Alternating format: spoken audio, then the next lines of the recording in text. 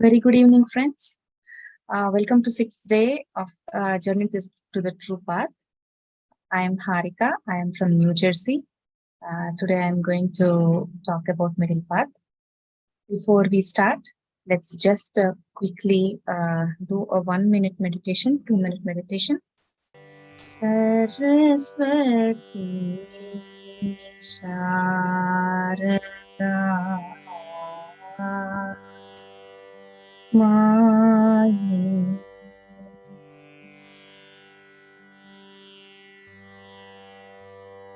Saraswati Sharada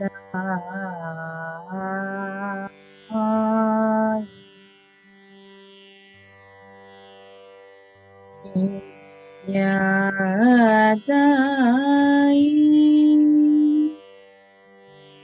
Dayani Dukkaharani Jagata Janani Jwalamukhi Mata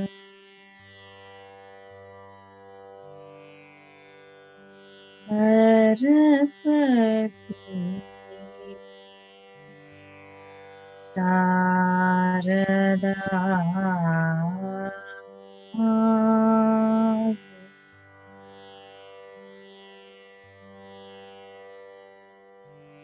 Ije Krupa Drishti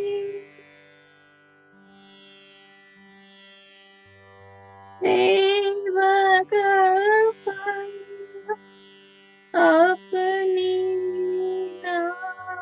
Narayani Veda Vetavasana Kamalasani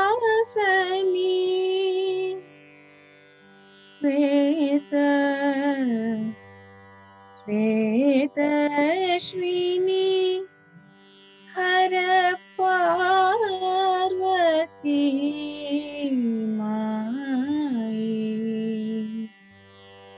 Saraswati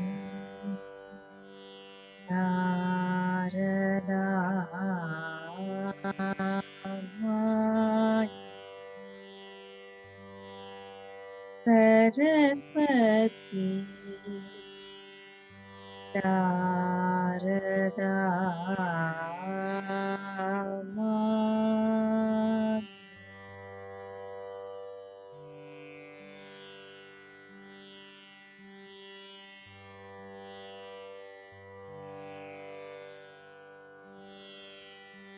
Back. 5, 4,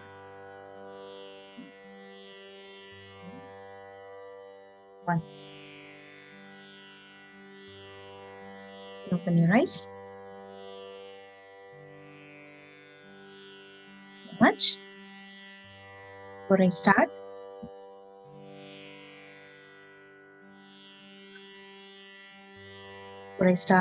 Can I you want to stop express your my... computer sound, Harika ji? Sure. Thank you. Yeah. Can you hear me now? Before I start, I want to express my gratitude to Dr. Brahmarshi Pitamaha Patriji, to PSSM movement, to Swarnamala Patriji, to all my gurus who accepted to teach me in this lifetime and in all my lifetimes, who made me what I am today. Gratitudes to my family, supports me, and to my soul family, and to the JTTP consciousness. Thank you. Let's get started. So what is Middlepath? Today we are talking about Middlepath. So Buddha, he proposed, he refers to Middlepath as Madhyama Pratipada. He says that it is a practical life avoiding the extremes of self-denial and self-indulgence, both. So, Patri sir, he also made this concept, made this a foundational concept for PSSM movement. He also simply says, neither too much nor too less. And he extrapolated this definition to every dimension of life. Except for meditation, he suggests to apply this concept in every aspect of our lives. So being neutral to good and bad, being neutral to happiness and sorrow, being neutral everywhere. So as I understood this concept, I found two dimensions of Middlepath. One is Middlepath of doing, and the other is Middlepath of being. When you're doing things, we should follow Middlepath. When we are being, like how we feel inside, we should follow Middlepath. I want to talk about Middlepath of doing right now when I start, but even before that, Patricia talks about the concept of ashrama dharmas, how in olden days, how we used to live, how the society is structured. I will touch on those parts, and then I will go into in the middle path of doing. So Patricia says,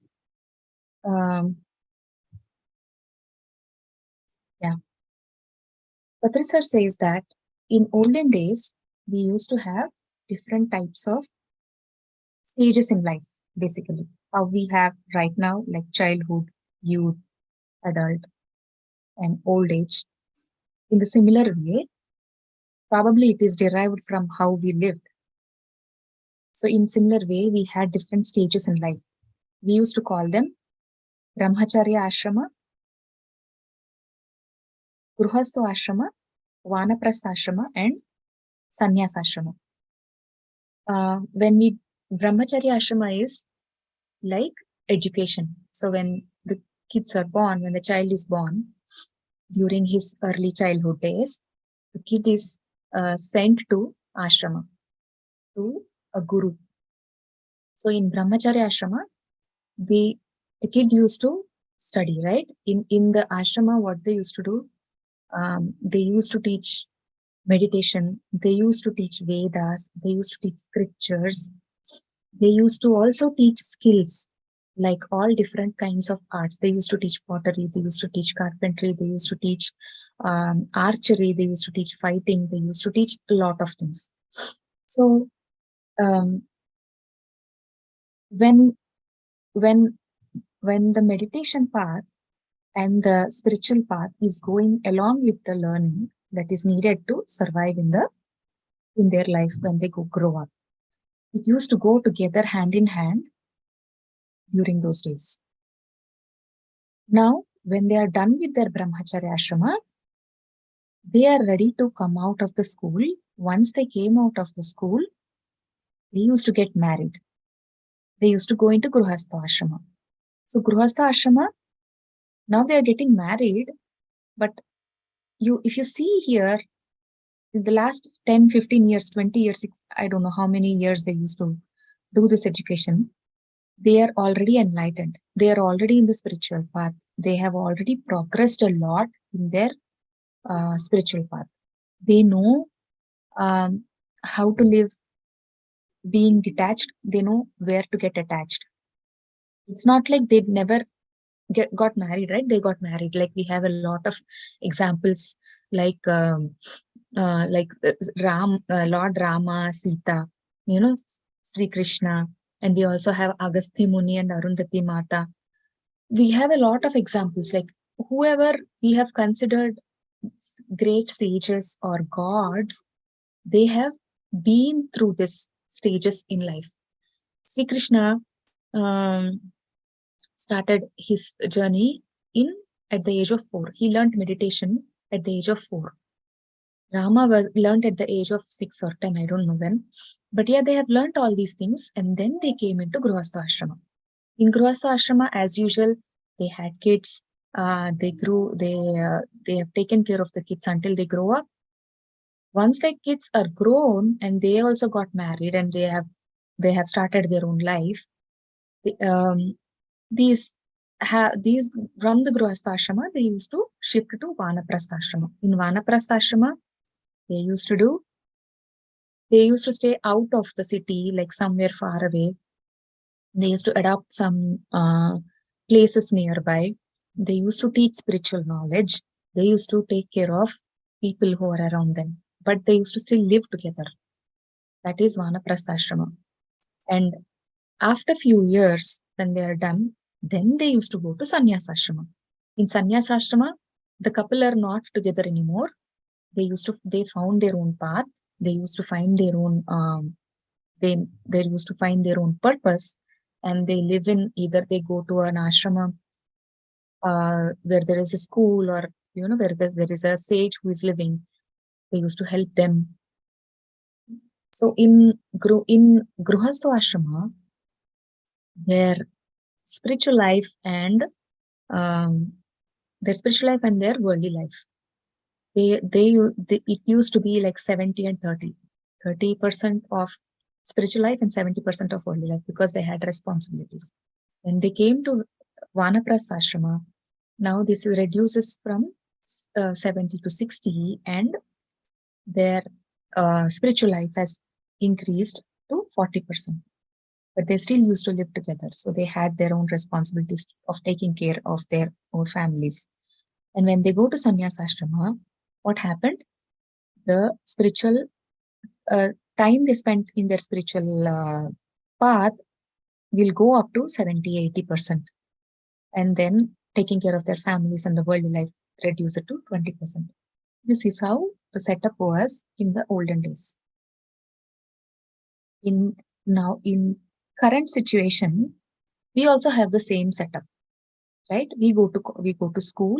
Early days, we do study education, and then we get married. We have our own responsibilities. We have to take care of our families. Then, like our kids grow up, then we have to take care of our kids, and then at the end of the Vanaprastha Ashrama, how we spend our Sannyasa Ashrama is a different. Like if you see our education, though we learn a lot of worldly things, we have learned to train our brains as a computer, as a memory. We will learn a lot of things about how to remember, our logical approach. We completely ignore the spiritual knowledge. So by the time we are done with the education, we have not progressed spiritually. We don't know our purpose of life. We don't know how to be detached. We don't know how to even deal with our emotions. We don't know what is good. We are just completely focused on what our mind is completely about. Right? So once we go to the Grihastha Ashrama, now there is no balance in your life, because you have completely ignored all this, but you have never learned all these things. When you go to Grihastha Ashrama, how you are not able to balance your life. You are not able to understand what are the needs of your family, what are the needs of your kids. You don't even know how to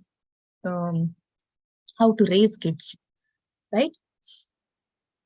From there, you go to Vanaprastha Ashrama. Now somehow your kids became big, and they also started their own life. But what happened? In our Vanaprastha Ashrama, we are not taking care of our society, or we are not taking care of the people around us, but we are stuck taking care of our grandchildren. Again, we don't know anything about spirituality. Our kids don't know about spirituality. So our grandchildren also will be in the same path. They don't know anything about spirituality. All we did, taking care of them. When we go to Sannyasa Ashrama, like when we are really old, now we suffer with the insurance, with health, because we never learned about all these things. We never know how to heal ourselves. We never know how to keep our energy body. We don't understand all these things, right? So we eventually end up in having bad health.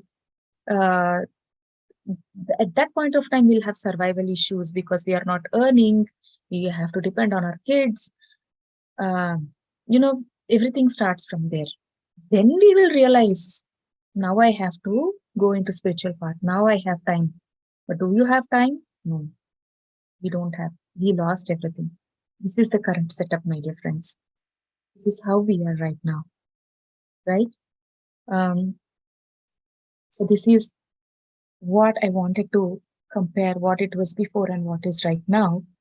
Now I want to go to middle path of doing. So Patri sir says that we have to adopt a middle path because in today's world, we don't have gurukulas. We don't have gurus. Our education system doesn't talk about spirituality. We don't have all these things in our societal setup. So how are we going to do it? First thing, we ourselves, we have to learn all these things, right?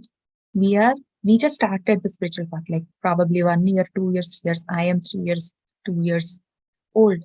I have a lot of things to learn. I have not read the scriptures, or I have not read all the books that are there part of. Thankfully, because of PSSM, I have opened my eyes. I don't want to say I'm enlightened, but I have opened my eyes. I'm like searching for my path now. I'm searching for my purpose. I'm understanding what I have to do. So in this kind of setup, it is not possible for us to find a guru. Of course, we found our guru, but that doesn't mean like we don't have time to do all these things. We are running behind in this rat race. We are running behind survival. We are running behind earning. We are running behind responsibilities. So what we do, officer says that we have to divide our time into 2 parts. Our 24 hours, Patri sir says. In fact, he refers to a poem in Bhagavad Gita about Muni. I have not, I did not note it down to read for all of you. But in that sloka, he says that during the morning, like during the daylight time, we are supposed to do our regular job, our own responsibilities. And in the remaining half of the day, we are supposed to do our spiritual responsibilities. Like in the morning, if you are a doctor, or if you are a software professional, or if you are a chauffeur, you are a CEO, or you are a banker, whatever you are doing your current job. You are fulfilling your responsibilities towards your family, towards your society, towards your employer, whoever it is. The 12 hours are for that. And the remaining 12 hours, you keep for your spiritual path. How do we do? At night, how do we do all these things? Now, who will become your guru? Patri sir says, of course, Patri sir, we have found our gurus, but our first guru is our breath, my dear friends. Our meditation. All we have to do is sit, close your eyes, and observe our breath. Our breath will take us into the path where we have to. It will connect to everything in this universe. Once you start meditating, my dear friends, serendipity is so common. It's just a common thing that happens, right? For those things that we don't understand, that's where we say, like, by luck it happened, by chance it happened.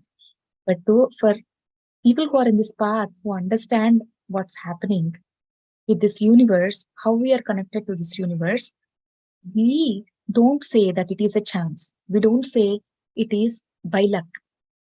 There is no accidents, my dear friends. Everything happens as a plan. When we are connected to this universe, the universe will guide us what to do, where to do, how to do. Universe will give us what books to read. Universe will give us what videos we have to watch. Whatever questions we had in our mind, we will get answers. We will get answers as soon, like, they will just come in our way. everything will happen in its way. So how do we do this? Patri sir says 3 things. One is sadhana, second one is swadhyaya, third one is sarjana samadhya. Sadhana is sitting and meditating. Swadhyaya, reading books. Sarjana samadhya is what we are doing right now. So thanks to Zoom and all these online connectivities, we don't have to go anywhere. We can just log into any meeting at any time. We can keep connected to all our friends who are meditating and all our spiritual friends and keep talking about our experiences. I have we have been talking in the last week, my dear friends. In olden days, people used to say when we meet somebody, what do you say? Hi, how are you? How are you? How is your health? Or what's going on? You know what the meaning of what's going on? What's going on means what is going on with your spiritual life? What is that you have learned new in these recent times? What is it that you have? What is it that you are getting experiences? Share. This is what it means when we meet and talk. Our whole life setup was around, the goal is only to grow spiritually. In the spiritual growth, that's it. That is the whole purpose of our life, why we came here on this earth, to learn something, to progress spiritually, to learn something, to experience something, and to learn from this, right? So the goal of our life used to be around that.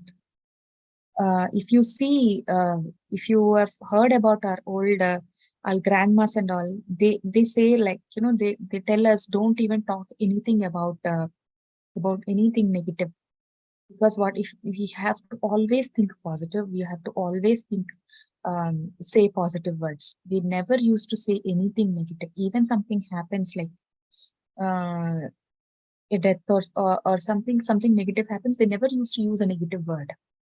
So that's how our life was before. So yeah, so this is what Patri sir talks about. And I'll go one step down and I will say, how do we so we were right at home, we are doing it. So that is for us. Okay, at home we started learning. What about our kids? Our kids have to, they don't have a gurukulam, right? They right now they don't know where to go. We don't have any place. We have to send them to schools, right? So but for the kids, parents, you are the gurus. You are the first gurus. Parents are responsible to teach the kids meditation and spiritual path. Parents are responsible to tell them which books to read, how to read, what will happen in the next life. They have to understand this truth that the soul is eternal and this body is not eternal. It's temporary. They need to understand that they have come into this world as their choice. They wanted to learn something. All these things, when we learn, we have to teach the kids. So now what happened? The Grihastha Ashrama, along with the Grihastha Ashrama, we are doing Brahmacharya Ashrama also. Okay. And people like us, once we start, Patri sir says, whatever you have learned, you go teach others. Even if it is the basics, whatever you have learned, start teaching others. That is nothing but our Vanaprastha Ashrama, my dear friends. So whatever our Grihastha Ashrama, what are we doing right now? I am at home. I just made food for my kids. I made them eat. I have cleaned my kitchen. I got, I came here and I sat, like, I am doing Vanaprastha Ashrama. Till 5 minutes ago, half an hour ago, I was doing Grihastha Ashrama and I'm doing Vanaprastha Ashrama right now. And some of our great pyramid masters, they travel across places to go to teach meditation. That is called Sannyasa Ashrama. So we are doing Grihasashrama and Sannyasashrama at the same time. We are doing Grihasashrama and Vanaprastha. There is no clear demarcation nowadays. We have to, it's a middle path, like we have to balance everything. This is called the golden middle path, my dear friends. That's what Patri sir says. Patri sir coined this as a golden middle path. In olden days, people used to go to Himalayas to meditate and to attain enlightenment. But practically, you understand, my dear friends, if everyone goes to Himalayas, that I think that's the reason why it became so unpopular. And people stop doing all these things because you don't experience all these things, right? Your body has some needs. Your mind has some needs, and your soul also had some needs. So you have to balance all these things. So that's why it's not a good idea, like, either completely renouncing everything and going away. Oh, I want to go away from my responsibilities. I'm very completely happy sitting in meditation because I don't want to get into all these, problems with my life. When I'm sitting, closing my eyes, I am very happy. I want to run away. No, that's not the path. We have to be in this path and we have to live the complete life. We have to live the whole life. We have to go enjoy, watch movies, party, work, do everything. At the same time, you have to also fulfill your responsibilities towards your soul, do meditation, reading spiritual books, going into doing Sajjana Sangatya, teaching your kids, spending time in nature, taking care of your body, exercising, all these things, everything, going into Mauna, taking care of, fasting, all these things that are needed for your spiritual life. You should do both, my dear friends. That is what is middle path.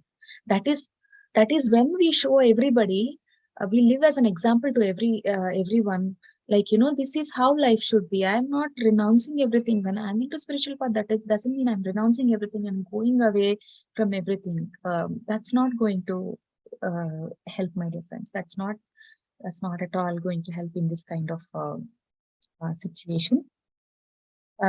Yeah. So why don't we just do a 1 minute meditation again before we go to the next part. Let's close eyes. Just a 1 minute meditation.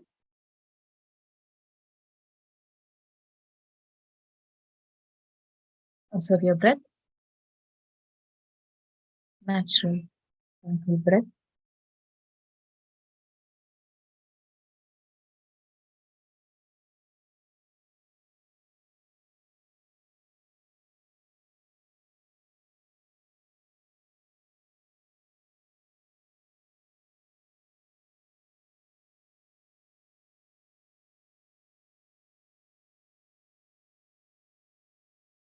Ten, 9, 8, 7, 6, 5, 4, 3, 2, 1.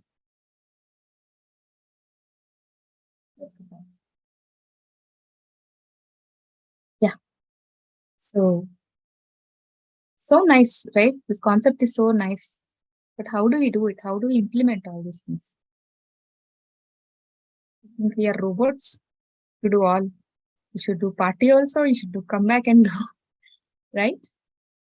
It is possible, my dear friends. It's not so difficult. You have to observe few things here. Like I've said, when you are doing things, how you are going to follow. When you're doing, so when you're talking, when you're working, when you're spending, when with your relationships, when you're eating food, everything else, always we should think about middle path. When I'm talking, that means Patrisar says you should when you are during the daytime, when you are at your work, talk only whatever is needed. No chitter chatter. We talk only about our lives, our own lives. If we want to talk, we have to talk about our spiritual progress. If we have to talk about our work. No chitter chatter, no gossips, no politics. We don't need to think about, or we don't need to talk about what others, our neighbors are doing, what is going on with the cinema actors, what is going on with the police, or what is going on. Not needed, my dear friends. Unless you have been asked to talk about it. Otherwise, no. Just think about, do I need to talk? Is it needed? Is it useful?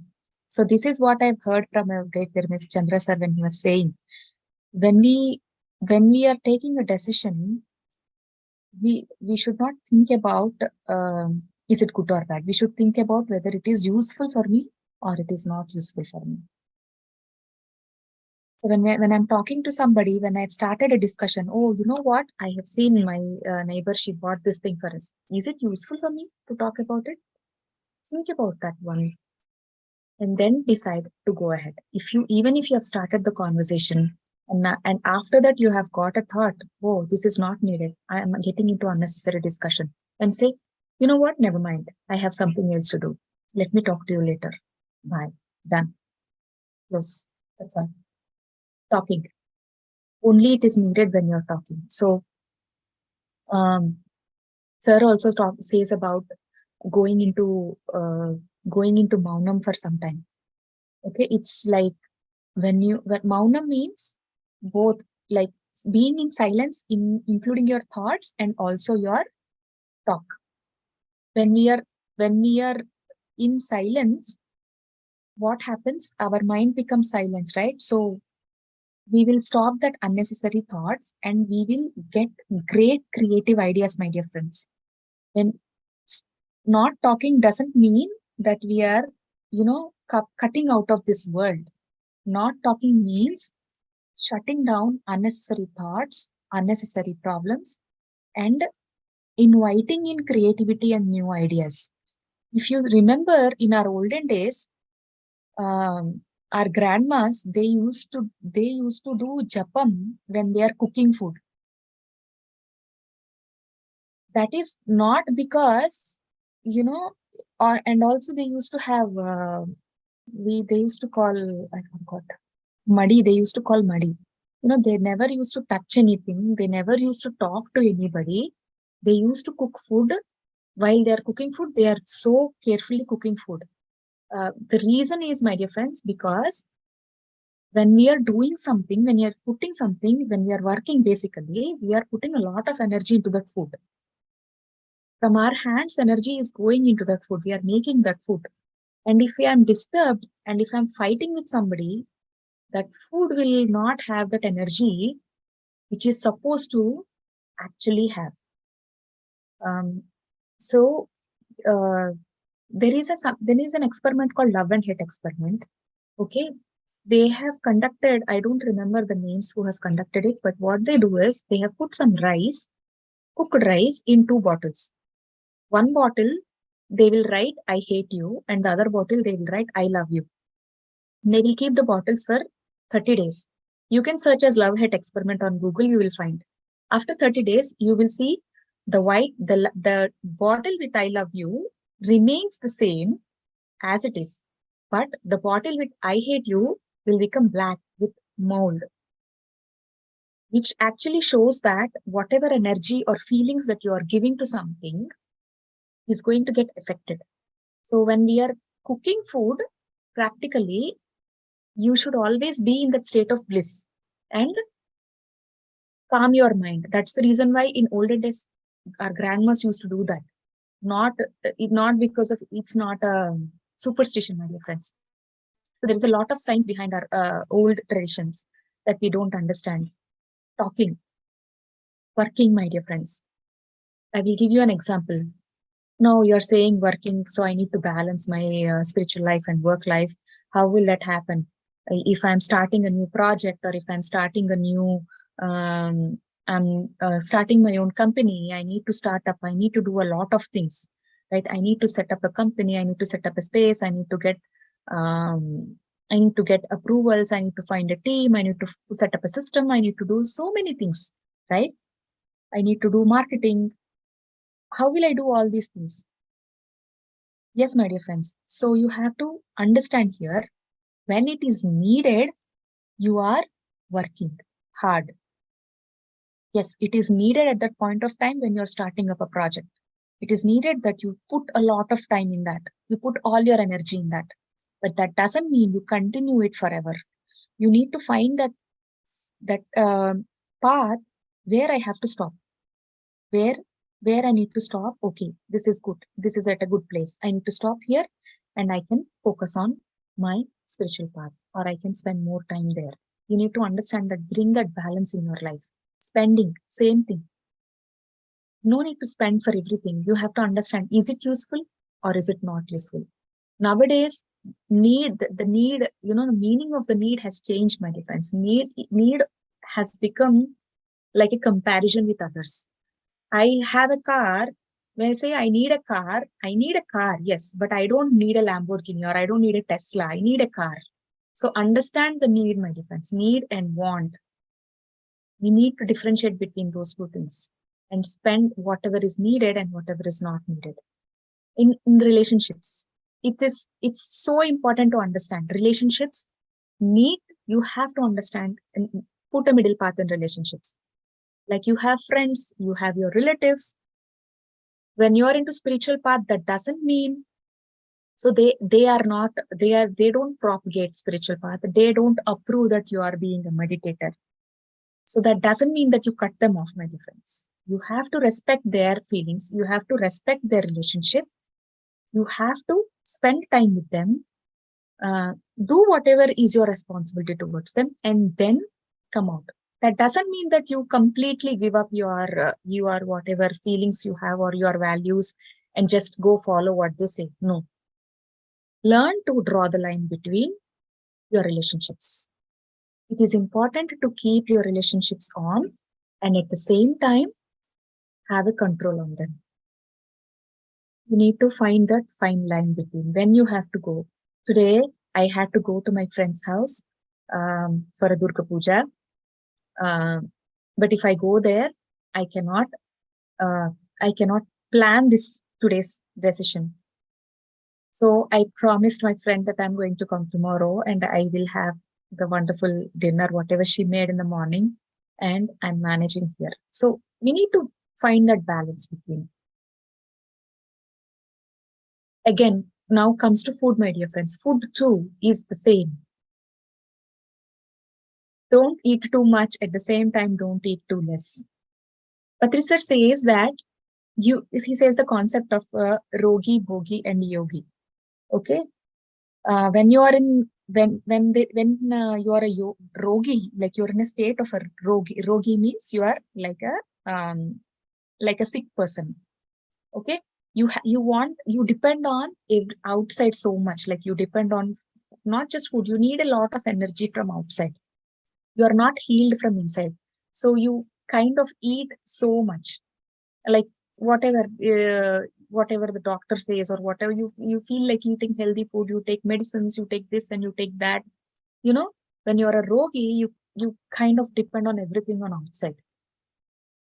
Okay, well, if you're a bogi, you are more into worldly things. Like, you want to taste food, you really like the food, you want to eat all kinds of food in your life. But a yogi is like sattvic, eats how much ever he wants, or he may not eat it sometimes. So Patrisar says that one day he eats like a rogi, the other day he eats like a bogi, and the third day he eats like a yogi, and that's how he manages to maintain his health. So find a balance between what you want to do. I am really fond of sweets. I don't care if I don't eat anything else, but I want to eat sweets. So I balance out. If you want to eat sweet today, eat sweet today, and then take a break tomorrow or a day after. Eat again, like once in a week. Find your ways to balance things. Don't don't eat too much food to, again, trouble your body. That's not going to help. That's only going to trouble you. I have this kind of experience a lot. Like at night, I don't want to eat anything, but I end up eating because my kids leave something, my husband will leave something. I don't want to leave the food. When I do that, when I eat so heavy, I can't get up in the morning. I cannot get up in the morning at 4 o'clock.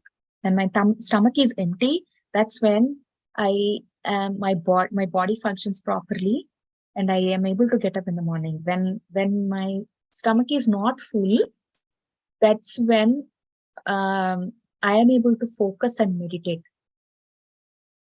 So there is a reason why we say that, that we need a balance every time. That's how with food and everything else. That is what middle path in doing, my dear friends. I want to go to middle path in being. Let's do another 1 minute meditation before we go to the next part. This is going to be a short one. Let's close our eyes.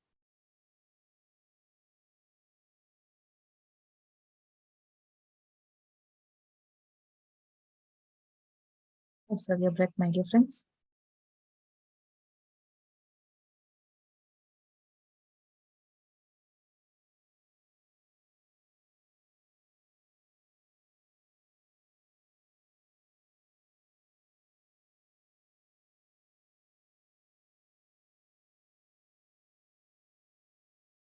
Still in this moment.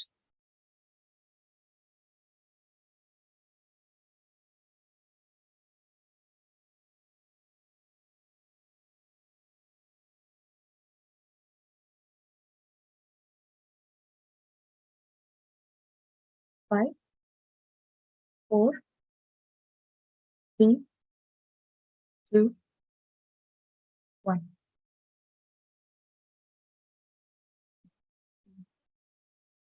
Thank you. So the last concept, middle path in being. I understood middle path in being in two ways, that is energy and thoughts. When I say energy, my dear friends, I will put it this way. It is the female energy and the male energy. It is the yin yang. It is the mix of both. Though we have like, organs, a male organs or a female organs, but we have both the energies together in our bodies. Though you are a male or a female, we have both kind of energies in our bodies. If you see, our body is also divided into two parts, like left brain and right brain. So your right brain, it's both the female energy and the male energy. That's how the Ardhanarishwara is also come up, right? Male energy and female energy. You have to understand. So how is male energy? What are the characteristics of male energy? Male energy is always in the taking care mode, in the provisioning mode. So I need to provide for my kids. You know how men feel. Like I need to take care. I need to guard my kids. I need to provide something. I need to achieve something. All these. I don't want to say career, but whatever we have as our goals in this lifetime, or in this world, that I need to get this, I want to get this, I want to earn something, I want to become a CEO, or I want to do this. All these goals, they are the characteristic of a male. So if you understand, even nowadays, even females who are supposed to have a lot of more amount of female energy than male energy. Males are supposed to have more male energy, and females are supposed to have more kind of female energy. We have a lot of male energy is there on this earth right now. Even we tend to become that, we want to go to work. I'm not saying that it is, we should not go to work. That is not the way, but You want to do equally as men. You want to earn, you want to compete, you want to lot of things we do, which we have like, very hard goals in our life. All that is the characteristic of male energies. Female energy is being in a bliss state, being in a happy state, nurturing, creation, nurturing, and taking care of. That is the female characteristic. We should have balance between both, my dear friends. It's not like we cannot always only focus on male energies. We have to realize that our body needs both male and female energies. At points where we need to also be still, enjoy the bliss, and being in the subtle state. Those things are also needed for our body to enrich, like how yesterday Priyaji is talking about taking care of yourself. That is female energy state. We can't just have only one way. We need to balance both in our life for us to be healthy also, for our bodies to be healthy, for our soul to be healthy. We need to balance both these things. So balancing energy, being in that middle path is so important to be. And the last point is about thoughts. Thoughts is, I would say, think about, is it good or is it bad? We have so used to, in our situations, like in our life, to judge things, judge every situation of is it good or is it bad? Right? I got this job. Is it good for me or is it bad for me? My kid is going to this college. Is it good for him or is it bad for him? My kid is taking this course. Is it good for him or is it? How do you know? We don't know what is your kid's life purpose is. Is it good and bad is what we are trying to attribute to anything, my dear friends. So I want to tell a small story, which is, I think most of you know it, but I want to bring it into this context. Okay, there is an old farmer in a town. He used to do farming, and he has some horses. He has a stable too. His son goes to hunting one day, and he finds a very nice stout horse, a very huge stout horse, strong horse. Okay, and he brings it home. So the people in the town, they will come and talk to this old farmer, saying that you are so lucky. You got this horse. This is going to sell for a very high value, and you're going to make a fortune out of it. And this old man says, I don't know if this horse is lucky or not. I will only say that I found a horse. That's so nice. It's done. In the next week, this guy, his son, now if he has to sell this horse, it needs to be tamed, right? So he starts teaching the horse. Okay, he starts taming that horse. When he's taming that horse is so strong and stout that it would not listen, and it throws away this guy from him, and he falls down and he'll break his ankle. He broke his ankle, and he had to stay at home. He is like on bed for a few days. Now this news went across the whole town, and now people will come and tell this farmer, oh, we thought that your horse is so lucky, but now you know what? It turned out to be not lucky. Your horse is not good for your family. See, it broke your son's leg. Now this old man says, I don't know if this horse is good for my family or not. I only see that my son broke his leg. Done. Now, after a few days, their kingdom is attacked by their neighboring kingdom. The king calls for a war, and then king calls also for a recruitment of all the youth in the town. Now what happened? Everybody in the town will go to war. And unfortunately, most of the youth, they lose their, they vacate their body. They lose their life in the war.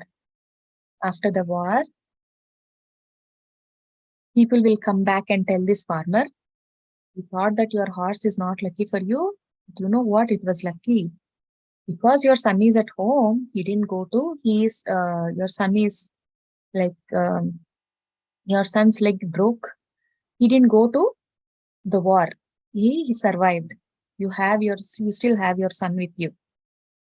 That's what he says. And this farmer will say again, I don't know if the horse is lucky or not. I only know that my son is at home. See, my dear friends, the horse thing happened so many days, so many weeks back. But what we would still attribute, for every situation we will attribute good or bad. We don't know why these things happen. We don't know why something happens in our life. I will just give an example. Tuesday, Wednesday, Thursday, these 3 days I'm supposed to go to office mandatory. If I'm not going to office, I need to take a leave. That is how it happens at my work. But Tuesday, my kids have a holiday, so I could not go. And I don't have a leave also to apply. Okay, so somehow I didn't like to take permission, but I had to ask for permission. So I asked a permission. I mailed my managers that I couldn't find a babysitter, so I have to stay at home and approve. They said, okay, fine. Only for once they approved it. In the noon, my manager emails everybody in the team saying that Saturday she got exposed to somebody who has COVID, and she came to office on Tuesday. So I was not there in office. So she had to leave office immediately because she came to know the news about it, and she had to go in quarantine according to the rules of in the rules at work. And she need to come back after 5 days once she tests negative. See, my dear friends, if I would have gone to office, I also would have got exposed to that person. What we think is not good for us, or, I just felt like, why am I going through these things? Why do I have to ask, permission for just because I cannot go to work? We don't understand why things happen, my dear friends. Everything happens for our good. After that email, I realized this is the reason why I didn't go to office today. Not because my kids are at home. So we need to realize that universe works for our best. Everything is for the best. Good and bad is what we attribute. And what attribute based on our experience, based on our knowledge, based on what we have seen from our childhood. If the kid is not getting in a university, he got a very bad rank. How does it matter? You see most of your most of the kids, they are coming out of a good college, they are getting a job immediately. What is happening, my dear friends? I also did the same thing. Doesn't matter even if I get a university first, or if I'm a gold medalist, or whatever it is. After I'm 35, after I have my kids, I know the same thing. I am in the same boat. I still have to clean my utensils. I still have to cook. I still have to take care of my kids. I still have to work, and I still have to fulfill my responsibilities. Nothing is going to change, even if I am a CEO of the company or I am a driver in the company. What matters is whether I'm happy inside or not. When will I be happy? When I'm meeting my soul needs. When I'm progressing in my spiritual path. That is when I am happy. Not when I'm buying a car, or not when I'm doing all these things. So we have to understand being neutral. What did the farmer do? He didn't say that he is good. He didn't say that he is bad. He just said that I am neutral to this situation. I am just in this. I don't know if it is good or bad. It just happened. That's it. So being in that neutral path is what is needed. No, there is nothing good. There is nothing bad. Underline this statement, my dear friends. The moment we start doing these, everything will change in our life. We will not be worried about what is happening in our life. We will not be worried about anything. 50%, 80% of your stress is gone. That's all I wanted to talk. Before I close, I just want to summarize. What do we do? Middle path. Ensure that we are not doing anything more or anything less. We have to make sure, except for meditation, we need to make sure in everything else we are following middle path. We are talking while we are working, while we are spending in relationships, while we are eating, whatever it is, we just have to follow middle path. And while we are as a being, always balance both the sides. Thank you so much for giving me this opportunity. Let's go to